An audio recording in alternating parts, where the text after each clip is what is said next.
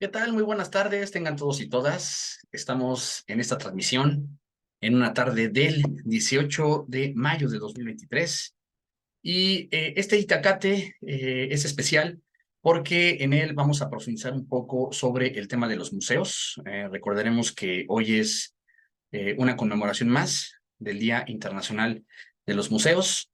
Y vamos a comenzar a revisar algunas fuentes audiovisuales importantes. Primero hablaremos un poco sobre el origen de la palabra, algunos mitos importantes, algunos datos históricos. Posteriormente estaremos revisando un poco de qué trata la conmemoración y también hablar un poco sobre el origen de lo que ya representa el museo como un espacio interactivo, cultural, educativo y sobre todo de patrimonio de la humanidad. Entonces, también estaremos viendo ya al final algunas páginas en donde estaremos viendo algunos listados de museos importantes, tanto en la Ciudad de México como aquí en la Ciudad de Puebla. Entonces, vamos a comenzar rápidamente. Vamos a compartir nuestra pantalla, en este caso. Y vamos a ir a un primer video. Eh, este, esta primera fuente la retomamos de esta página de Museo, este canal. Y el título de este video es ¿qué son los museos actualmente? Entonces vamos a ver una primera parte, una primera recopilación de esta información. Después ya iremos con los otros videos o las otras fuentes.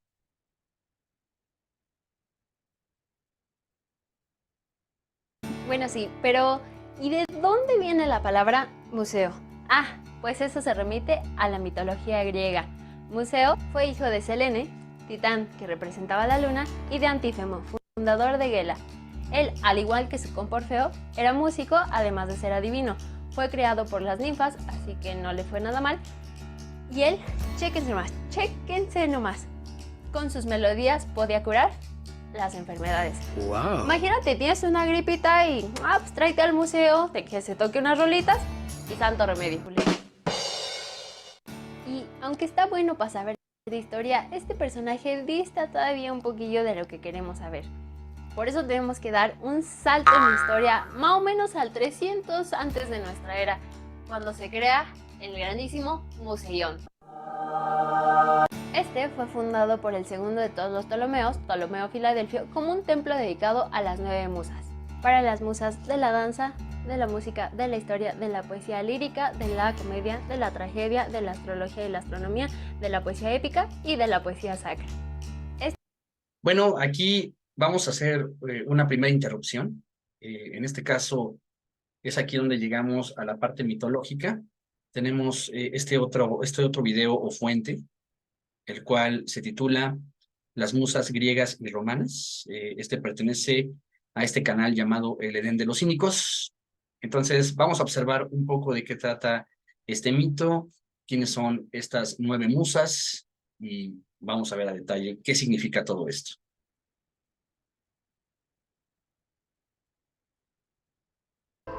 Las musas eran las diosas de las artes. Tradicionalmente eran 9 hermanas, hijas de Zeus y Mnemósine, aunque otros autores postulan otros padres como Urano y Gea.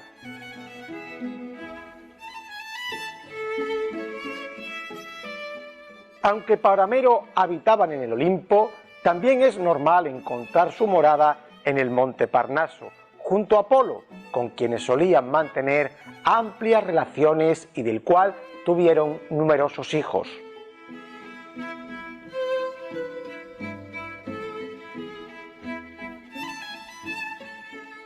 Su culto estaba tan arraigado y era tan poderosa su fe en ellas que los propios autores creían firmemente que cada vez que componían sus obras obedecían al dictado divino. Los hombres no eran entonces artistas, eran meros transmisores de lo que la divinidad expresaba. Ellos eran los elegidos, de ahí que las creaciones culturales tengan siempre un halo de sagrado para los antiguos griegos. Para cada arte había una musa concreta. Entremos, pues, a conocer y detallar a cada una. Clío era la musa de la historia. Suele representarse coronada de flores o laureles, un rollo de papiro o un libro y una trompeta.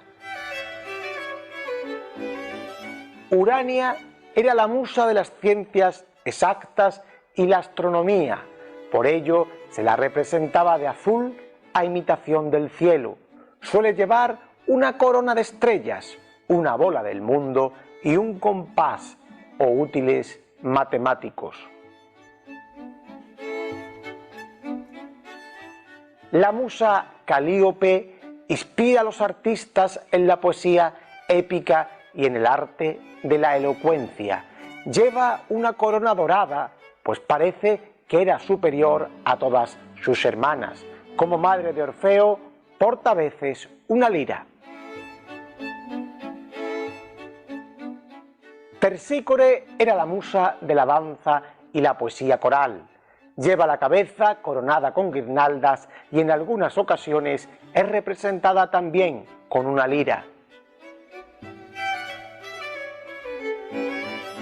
Talía era la musa de la comedia y la poesía pastoril, de ahí que se la represente con máscaras de teatro y en ámbitos rurales. Suele llevar la cabeza coronada de hiedras, símbolo de la inmortalidad. Melpóneme es la musa del otro género teatral, la tragedia. Por ello es representada con opulentas vestimentas, rostro grave, máscara teatral y un cuchillo en la mano.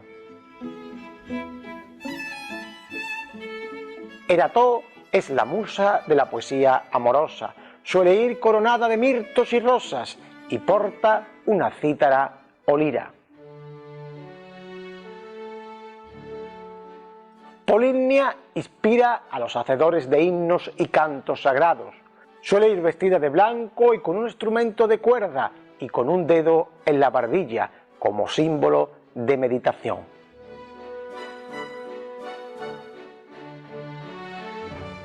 Euterpe es la encargada de inspirar a los músicos.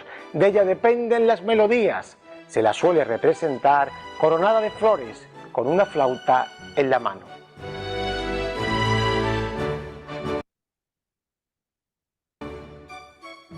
Pues estas son en sí las 9 musas, las 9 inspiradoras de todo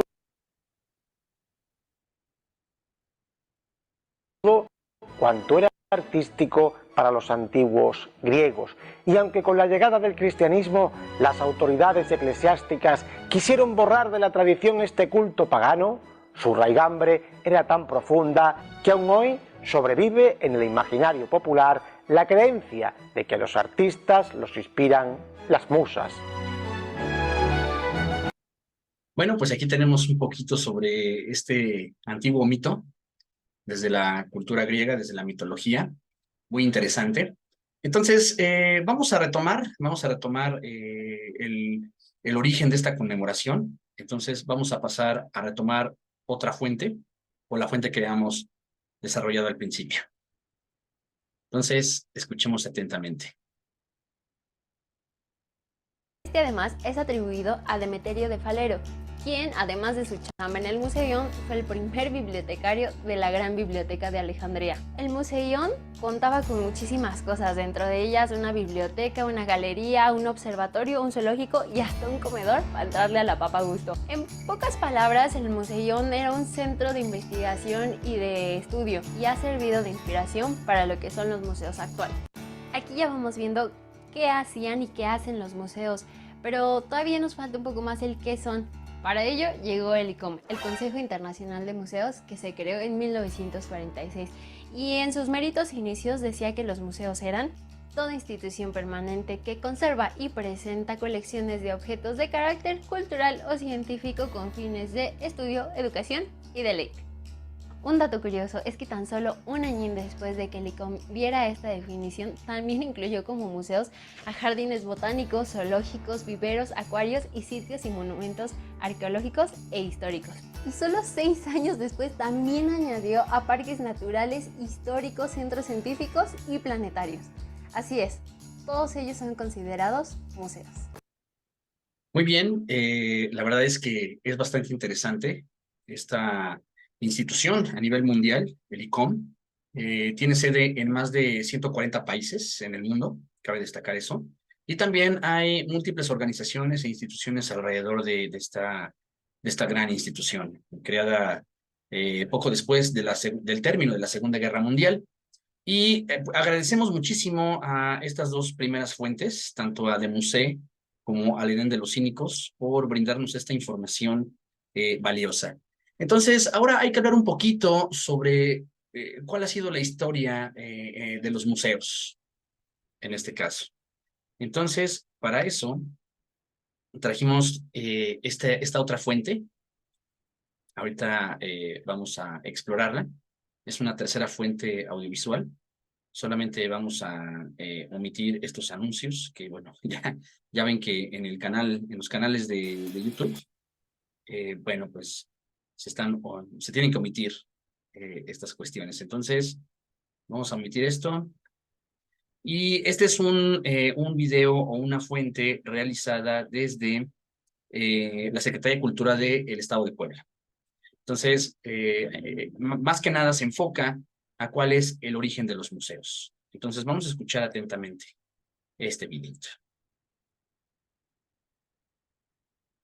Se refería a lo que hoy se conoce como coleccionismo, práctica iniciada a partir del Renacimiento italiano. Quienes lo realizaban acumulaban y exhibían lo que poseían como símbolo de poder social, político, religioso y económico. El coleccionismo inició desde tiempos remotos. Ejemplo de ello es el maravilloso acervo en la Biblioteca de Alejandría, fundada por Ptolomeo, que data del año 280 a.C. En Europa fueron los reyes, nobles y dignatarios religiosos quienes practicaron la acumulación de objetos y arte pictórico para su distracción, regocijo y deleite. Ya en América, existen registros que desde tiempos prehispánicos Moctezuma lució, entre otras, colecciones de animales y aves exóticas. Con el paso de los siglos y las transformaciones, el coleccionismo integró el conocimiento para la preservación de la memoria, brindando la oportunidad de viajar y observar mundos lejanos. Después del siglo XVI, las obras de arte o curiosidades se conservaban en dos tipos de locales con sentidos diferentes: la galería y el gabinete. Mientras que la galería consistía en una sala de estructura alargada y de grandes dimensiones, el gabinete se trataba de una habitación de forma relativamente cuadrada y más restringida. La historia relata que a finales del siglo XVII y XVIII, el término galería prevaleció para los museos de arte, pintura o escultura, mientras que la palabra gabinete designaba las colecciones de curiosidades o de ciencia, así como los locales en donde se conservaban pequeños objetos de arte. Bajo este contexto, las actividades comerciales y de intercambio se establecieron como el vínculo que nutrió a los coleccionistas, pues puso a su alcance objetos de sitios exóticos. Estas prácticas se trasladaron a los reinos de ultramar y permearon en las nacientes sociedades novohispanas, donde sus élites políticas, eclesiásticas y civiles practicaron el coleccionismo y lo integraron como una forma de trascender. Todo este recorrido nos lleva a conocer el primer museo público del mundo. Diversas investigaciones mencionan que se trata del Museo Ashmolean de la Universidad de Oxford, en Inglaterra. Una colección privada que le fue donada a la institución educativa en el año de 1683 y fue mostrada por vez primera al público de forma permanente en ese espacio. De igual manera, gracias a una donación de un aristócrata, en 1759 fue inaugurado en Londres el Museo Británico, cuya primera sede fue la Casa Montagu, ya demolida. La actual sede, construida entre 1852 a 1857, fue diseñada especialmente como museo. El Museo del Louvre, uno de los más conocidos en el mundo, fue abierto al público en 1793 en lo que fue el antiguo Palacio Real de París, mismo que surgió a raíz de la Revolución Francesa, y su primera colección se integró por el arte despojado a la monarquía. Años más tarde, en 1819, abre el Museo del Prado en Madrid, primeramente llamado Museo Real de Pinturas, el cual, desde 1868, es de carácter nacional. Durante la Segunda Guerra Mundial, 1939-1945, varios museos de Europa sufrieron saqueos y destrucción. Algunas de sus obras fueron resguardadas y otras robadas. Hoy aparecen en otros museos o colecciones privadas. En México, en la calle de Plateros 89 de la Ciudad de México, fue inaugurado en 1790 el primer Museo de la República, al que se le nombró Gabinete de Historia Natural. Tuvo una corta vida ya que fue destruido en la época de la Independencia. Y por último, Puebla, cuyos recintos más longevos son la Biblioteca Palafoxiana y el Museo Regional Casa de Alfeñique.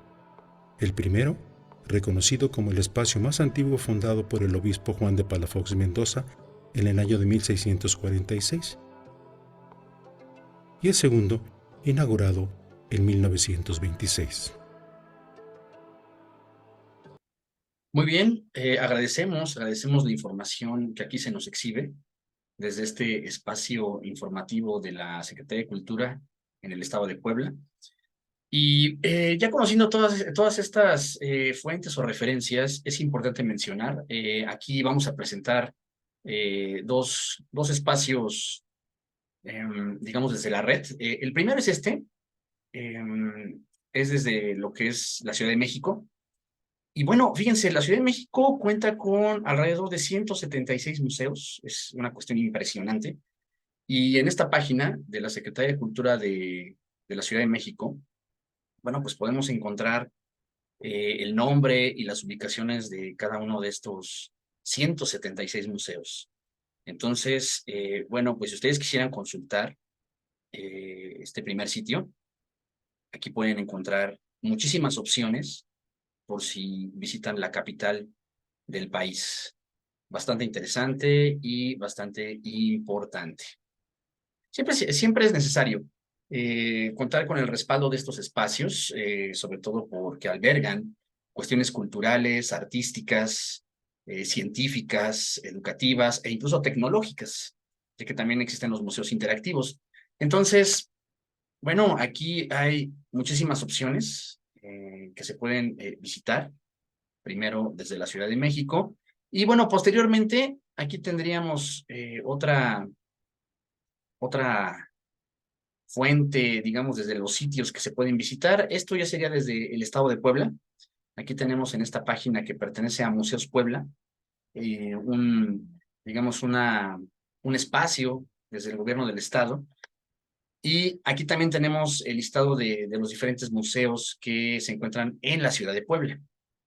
Aquí podemos encontrar una lista importante, donde también están las ubicaciones, se encuentran los horarios, y siempre es importante, ¿no? Cabe destacar que cada uno de estos espacios museísticos cuentan con sus propios sitios, páginas, redes sociales, etcétera. Entonces, siempre va a ser muy importante estar consultando todas estas opciones.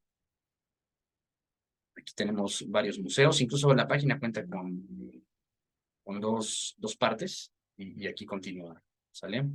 Entonces, bueno, en esta transmisión lo que buscamos es conjuntar o recopilar toda esta información en función de todo lo que, bueno, pues vamos realizando. Entonces, bueno, pues con esto ya terminamos esta parte informativa sobre esta conmemoración. del 18 de mayo, Día Internacional de los Museos. Agradecemos a las personas y también reconocer la labor de las personas que trabajan en los diferentes espacios museísticos, desde la parte bibliotecaria, desde la parte museográfica, desde la cuestión museológica, siempre es importante, ¿no? Desde las curadurías y todas aquellas personas que participan en la actividad museística, pues nuestro más amplio reconocimiento. Y bueno, pues con esto ya estaríamos terminando este video. Ya estaremos viendo lo que va a ocurrir. Hoy es el segundo debate entre candidatas en el Estado de México. Ya estaremos también realizando algún itacate en referencia a ese tema. Y también estaremos pendientes de otras cuestiones que se vayan suscitando. Por nuestra parte, esto ha sido todo. Nos vemos y hasta la próxima.